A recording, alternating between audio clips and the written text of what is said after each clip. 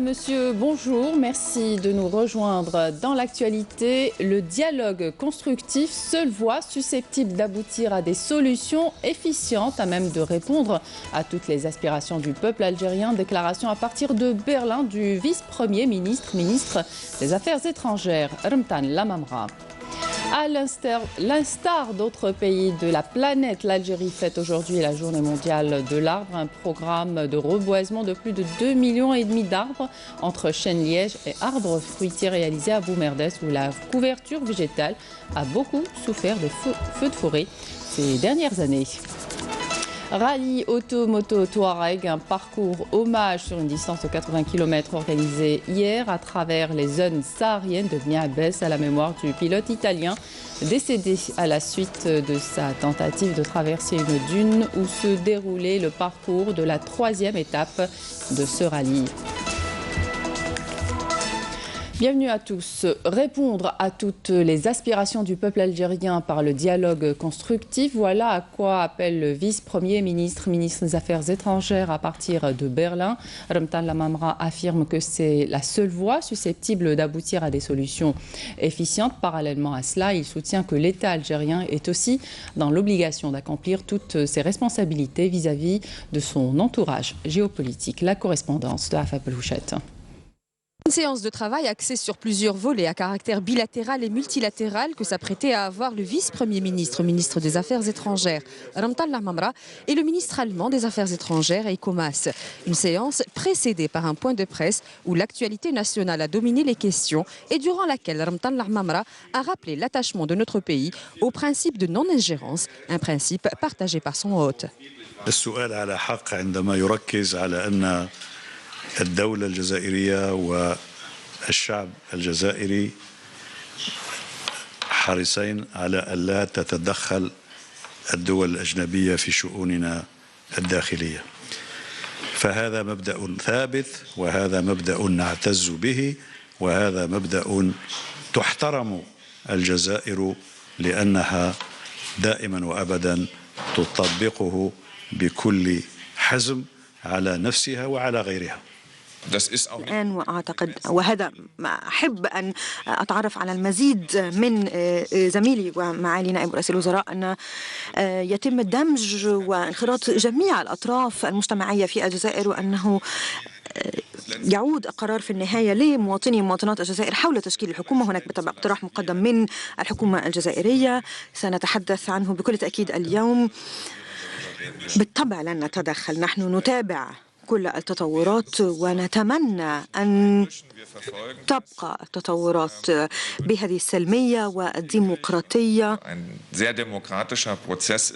بطبيعة الحال ومن منطلق هذه الصداقة ومن منطلق اهتمام غيرنا بما يحدث عندنا كما نهتم نحن بما يحدث عندهم، فنحن على أتم الاستعداد لتقديم هذه المعلومات الدقيقة على أن تكون وفية لأوضاعنا وعلى أن تعبر بالصدق ما هي المعطيات الحالية وما هي التطلعات التي يتقاسمها الجزائريون والجزائريات. Interpellé par la presse allemande sur la suite à donner aux revendications de notre population, Ramtan Lamamra a mis en avant l'importance d'un dialogue ouvert dans un esprit de rassemblement de tous les Algériens.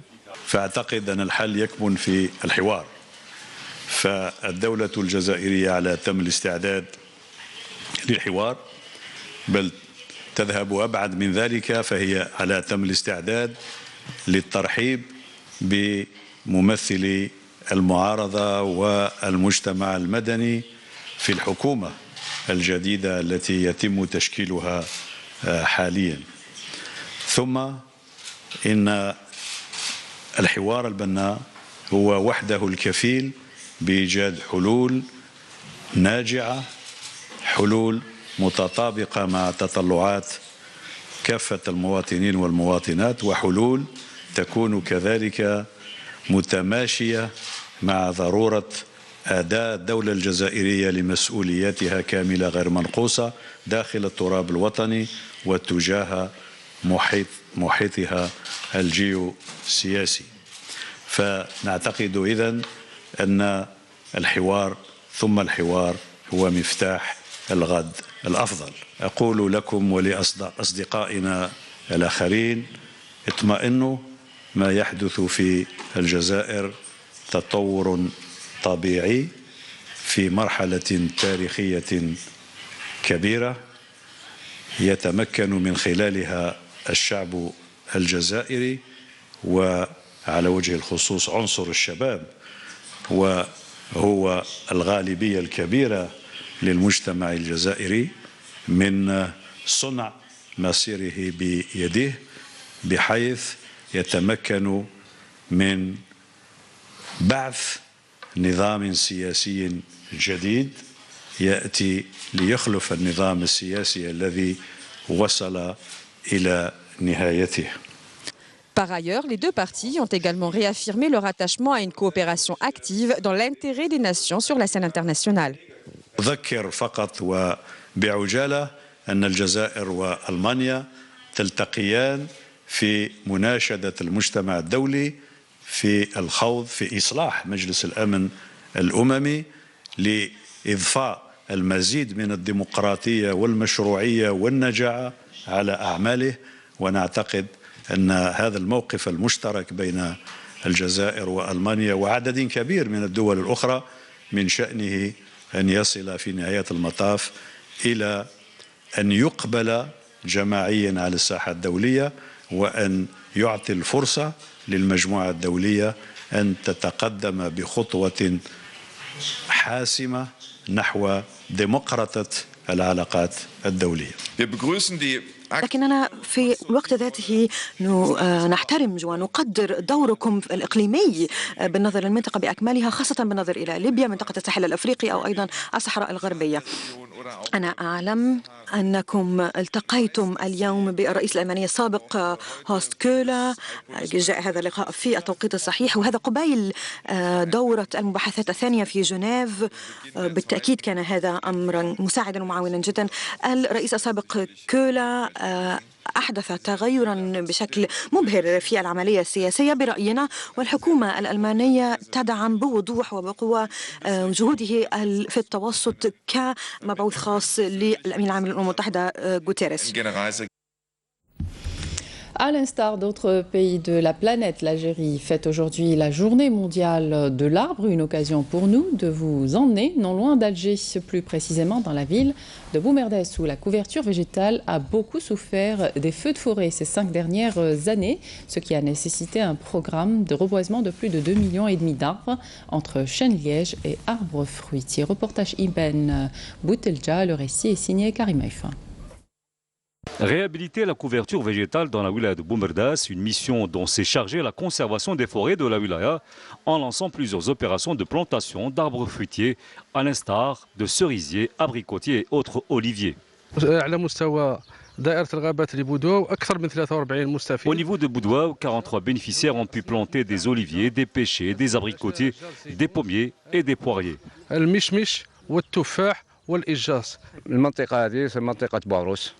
Nous sommes dans la région de Barousse, commune de Tnia, où on a procédé au repeuplement de cette partie de la forêt ravagée par le feu en plantant plus de 200 hectares avec du chêne-liège. Pour préserver ce patrimoine, la conservation des forêts a procédé, et ce durant les 2 dernières années, au repeuplement des zones touchées par les incendies, en procédant également au contrôle quotidien de ces zones. Pour les parcelles agricoles également détruites par les feux, car mitoyenne de ces forêts, la conservation des forêts ne les a pas oubliées. Elle a offert gracieusement aux agriculteurs sinistrés plusieurs dizaines de plants d'arbres fruitiers destinés à repeupler leurs parcelles de terre.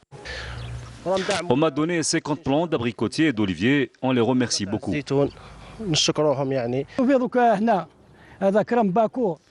Là-bas, j'ai planté des figuiers et là, j'ai des oliviers. Grâce à ces arbres, je sens que ma terre revit de nouveau. 200 hectares supplémentaires à flanc de montagne devraient être replantés dans les semaines qui viennent, selon le plan national de reboisement qui prévoit pour les 20 prochaines années le repeuplement de toutes les zones forestières ravagées par les feux de forêt.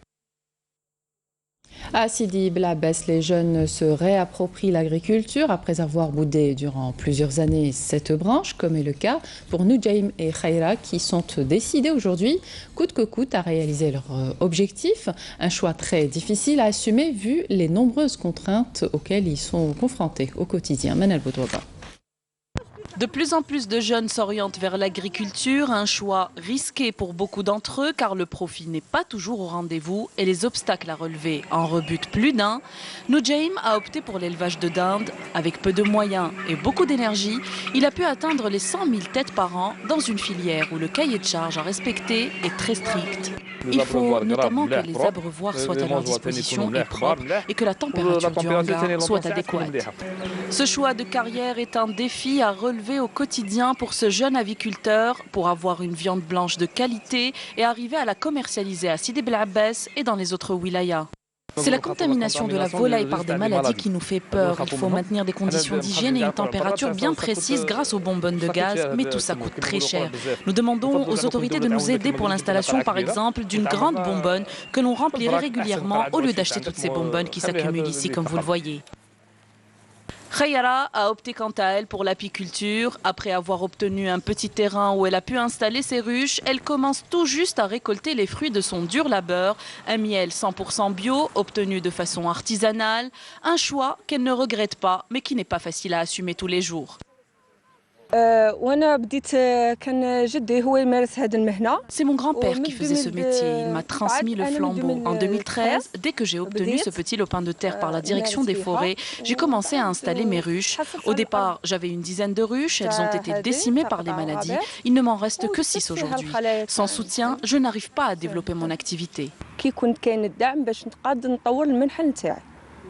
Les jeunes se réapproprient l'agriculture après avoir boudé durant plusieurs années cette branche vieillissante, décidés coûte que coûte à vivre de leur passion, mais le manque de soutien, de mécanismes d'accompagnement et d'aide leur fait souvent baisser les bras en cours de route.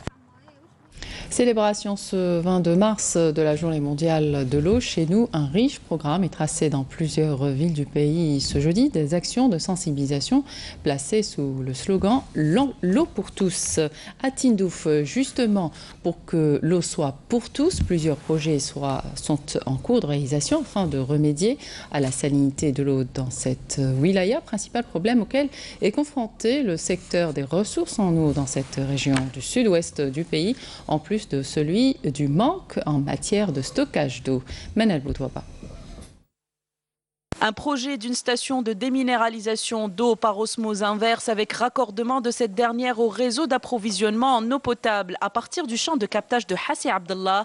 Un autre projet de 2 réservoirs de stockage de 5000 m3 chacun et d'une station de pompage sont actuellement en cours de réalisation dans la wilaya de Tindouf dans le but de satisfaire les besoins en eau potable de la population, remédier aux problèmes de salinité de l'eau et améliorer les performances du réseau.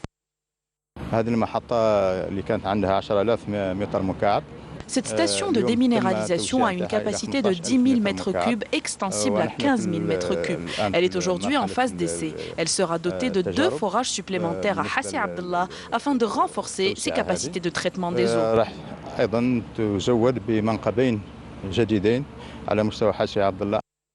Pour améliorer la qualité de l'eau potable distribuée, une opération de réhabilitation de 6 puits vétustes est actuellement en cours.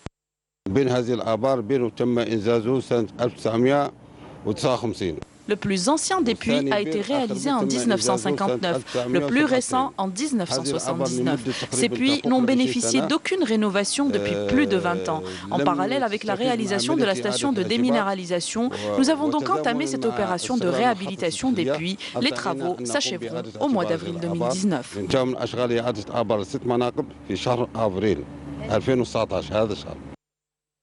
Une autre station de pompage entrera en service au mois de juin de l'année en cours et approvisionnera en eau potable les habitants des quartiers El Wifaq et El Wim. À Bourj Bouaririj, les clés de plus de 800 logements ont été attribuées à leurs bénéficiaires. Aussi, des bénéficiaires dans 14 communes de la wilaya se sont vus octroyer des aides financières à la construction rurale. Au total, ce sont 672 aides financières qui ont été débloquées. Nesrim Saidi. Plus de 800 logements, tous segments confondus, ont été attribués à leurs bénéficiaires dans la wilaya de Bourj Bouarerij et 672 aides financières à la construction rurale dans 14 communes de la région. Nous avons distribué 812 unités tous types confondus, dont 500 destinés à l'habitat rural et plus de 312 logements publics locatifs. La cérémonie de distribution de ces logements, organisée au siège de la wilaya, s'est voulue aussi une occasion pour rendre le sourire aux handicapés qui ont pu bénéficier d'un logement. Je suis de Bourj Bouarerij, je suis très contente. Je suis venue récupérer les clés de mon nouveau logement. Cela fait 22 ans que je suis mariée, j'ai une enfant handicapée âgée de 12 ans. Cela fait 12 ans que j'attends ce logement. Cette opération s'inscrit dans le cadre du programme de distribution de logements à l'occasion de la célébration des événements nationaux. Elle sera suivie par la distribution d'autres quotas de logements à travers les différentes communes de la wilaya. À Biskra, le dédoublement d'un tronçon de la RN 3 est très attendu sur cette route stratégique qui relie le nord au sud. Les travaux vont bon train, mais l'opération est assez sensible au niveau d'El Qantara en raison de la topographie de la région, mais surtout la dimension historique des lieux. Les explications de Yasmine Chouir. 72 km est la distance de ce tronçon de la route nationale numéro 3 qui est en ce moment en travaux. Il s'agit du dédoublement de cette partie de la route qui relie Skikda au nord à Ilizi au sud. Une route d'une grande importance. Si les travaux ont bien avancé par endroits, sur d'autres ils se sont avérés assez sensibles, vu la topographie de la région, mais surtout la dimension historique des lieux. C'est le cas du côté de El Qantara, où le projet compte des ouvrages d'art particuliers.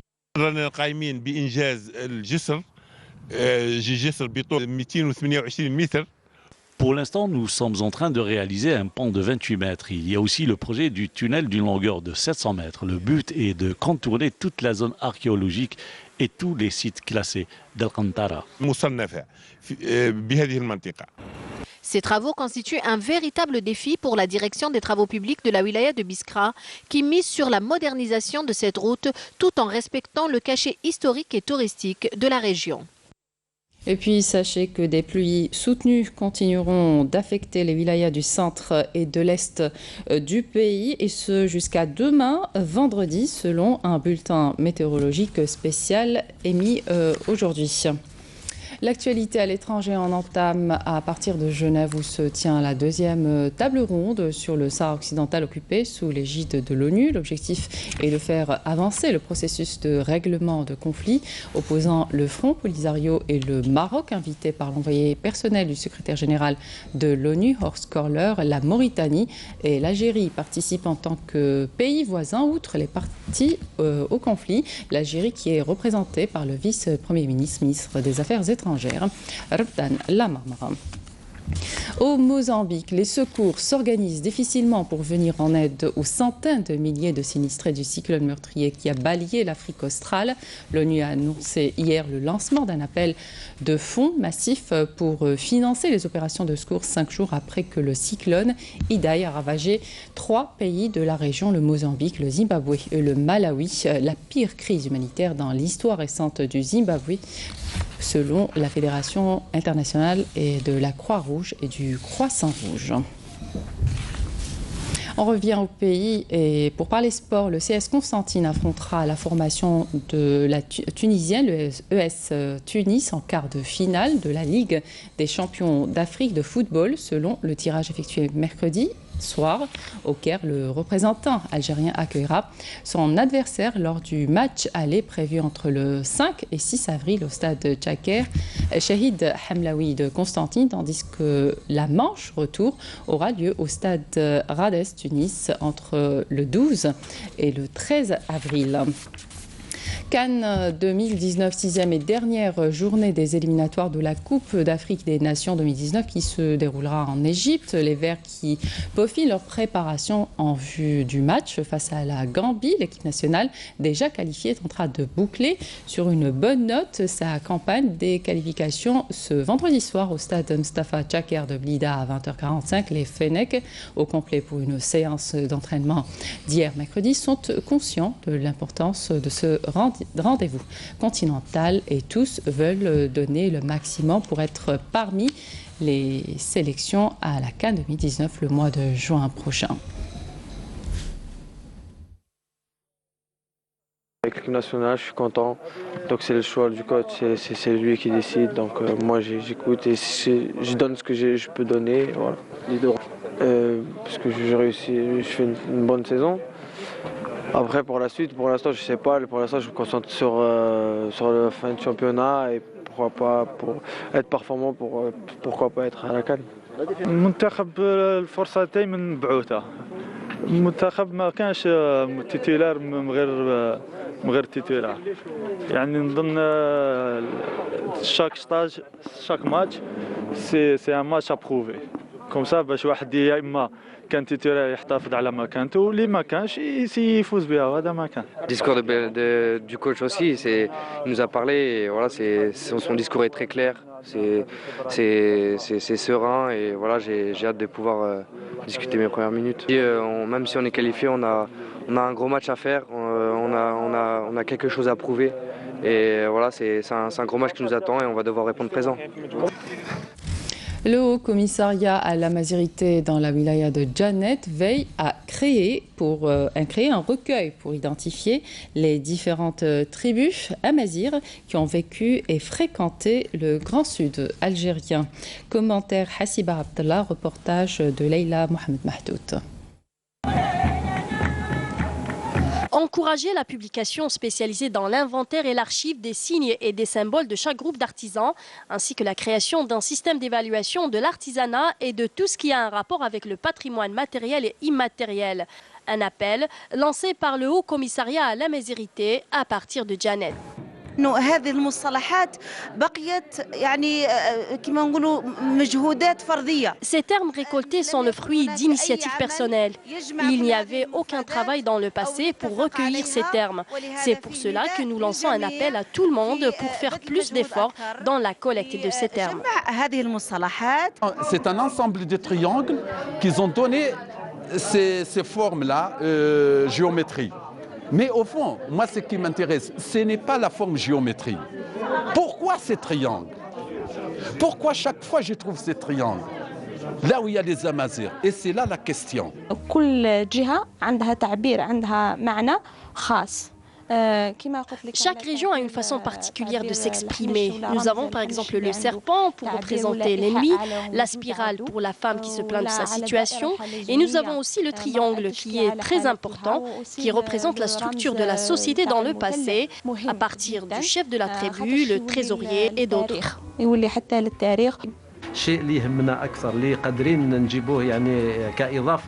Ce qui nous intéresse le plus et ce que nous pouvons apporter comme travail pour compléter celui du ministère du Tourisme et de l'Artisanat est de créer un dictionnaire. Parce que l'artisanat est une identité, une culture et une économie, le Haut Commissariat à l'Amazirité vise à promouvoir Tamazirt en intégrant une nouvelle spécialité d'études en artisanat dans le secteur de l'enseignement supérieur et de la recherche.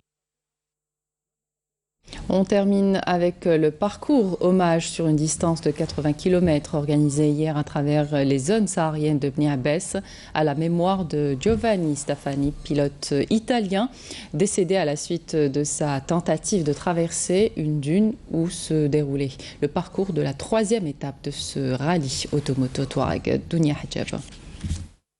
Un parcours hommage a été organisé par le comité d'organisation du rallye Touareg Algérie à la mémoire du défunt, l'Italien Stefani Giovanni, décédé à la suite d'un grave accident de son quad. Les habitants de Bni Abbès, très hospitaliers, y servent du thé gratuitement à tous les participants du rallye Touareg Algérie. On a des coutumes, on a des trucs, et quand il y a une fusion entre l'histoire la culture, le tourisme. Voilà. Marhaba bikoum, bienvenue. Merci bien. Bienvenue et soyez les bienvenus, ça nous fait plaisir de vous avoir parmi nous. C'est une place très belle ici. Hein?